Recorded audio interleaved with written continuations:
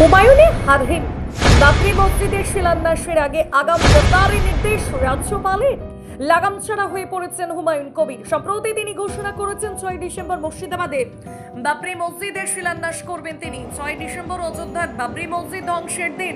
হুমায়ুনের কীর্তিকলাপের ফলে রাজ্য রাজনীতি এখন উত্তাল, কিন্তু মুর্শিদাবাদের বাবরি মসজিদের শিলান্যাস হলেই রাজ্য জুড়ে প্রবল বিশৃঙ্খলা সৃষ্টি হতে পারে। তার মধ্যে গোদের উপর বেশফরা হয়ে দেখা দিয়েছে হুমায়ুনের পরপর হুঁশিয়ারি।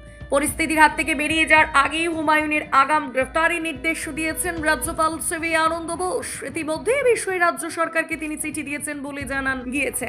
হুমায়ুন কবিরের সাম্প্রতিক সময়ের বক্তব্য এবং ঘোষণা নিয়ে রাজ্যে আইন শৃঙ্খলার অবনতি হওয়ার আশঙ্কা রয়েছে। সেই জন্য এই পদক্ষেপের নির্দেশ দিয়েছেন রাজ্যপাল সিভি আনন্দ বোস। এই বিষয়ে রাজ্য সরকারের কাছে ইতিমধ্যে চিঠি পাঠিয়েছেন তিনি। রাজ্যপালের বক্তব্য এবং পরবর্তী পদক্ষেপে আইন শৃঙ্খলার যদি অবনতি হয় তাহলে বড় সমস্যার সৃষ্টি করতে পারে।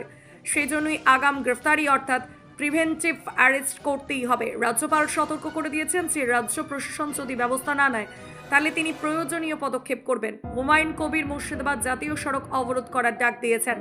শুধু তাই নয়, এসডিপিওর কলার ধরে হুঁশিয়ারিও দিয়েছেন তিনি।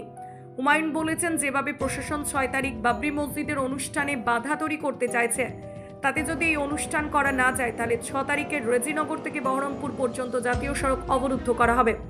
এই হুঁশিয়ারিকে সহজভাবে নিতে পারছেন না রাজ্যপাল। হুমায়ুন মুর্শিদাবাদের পুলিশ প্রশাসনকে রীতিমতো হুমকি দিয়ে বলছেন, আগুন নিয়ে খেলতে আসবেন না। উত্তম গড়াইকে সরাসরি আক্রমণ করে তার হুঙ্কার, আপনি আমার কাজের মধ্যে বাধা দিচ্ছেন। যেদিন আপনার কলার ধরবো সেদিন আপনাকে কেউ রক্ষা করতে পারবে না।